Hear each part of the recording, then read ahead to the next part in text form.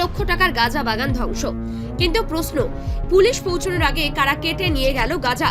শ্রীনগর থেকে ফের একবার বড় প্রশ্ন তুলে দিল মাদক বিরোধী অভিযানের বাস্তব চিত্র।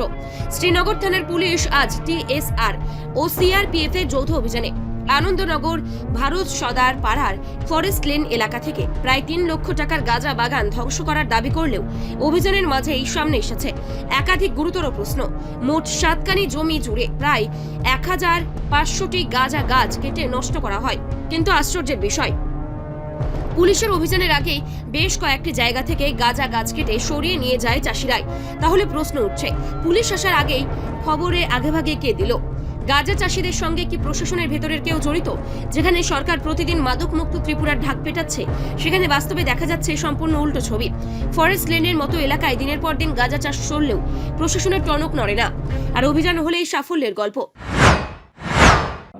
একটা গোপন খবরের ভিত্তিতে পিএস অফিসার, টিএসআর এবং সিআরপি নিয়ে আমরা ভারত সর্দার পাড়া এক জঙ্গলে যাই, পরের জঙ্গল।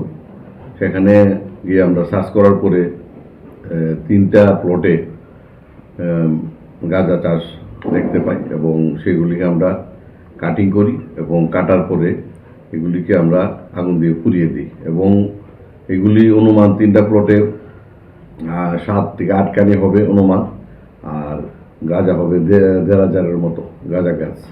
তো এগুলি আমরা কেটে কাটার পরে পুড়িয়ে দিয়েছি। নির্দিষ্ট কোনো জায়গা নাকি কারোর? এটা নির্দিষ্ট জায়গা, কোনো বাড়িঘর নেই এখানে, জঙ্গল এবং ফরেস্ট ল্যান্ড বলে মনে হয়েছে। অনুমানে কত টাকা হতে পারে বাজার মূল্য? বাজার মূল্য অনুমান 3-4 লাখ টাকা হতে পারে। এই ধরনের অভিযান কি আগামী দিনেও কি জারি থাকবে? হ্যাঁ, আমাদের এরিয়াতে যতদিন গাঁজা থাকবে আমাদের অভিযান চলবে। আমাদের খবর আসলে আমরা গাঁজা কাটিং করব বা ধ্বংস করব। স্থানীয়দের ক্ষোভ, ওই এলাকায় গাঁজা চাষ নতুন নয়, কিন্তু বড় মাথাদের কখনো ধরা হয় না। ধরা পড়ে শুধু গাছ, ধ্বংস হয় শুধু জমি, চাষিরা থাকে ধরাছোঁয়ার বাইরে। সরকার কি আদৌ মাদক বন্ধ করতে চায়, নাকি শুধু লোক দেখানো অভিযানেই সীমাবদ্ধ তথাকথিত মাদক বিরোধী লড়াই?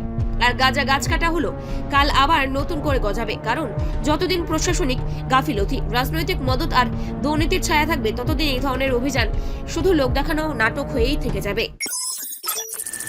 রিপোর্ট সংবাদ প্রতীক্ষা।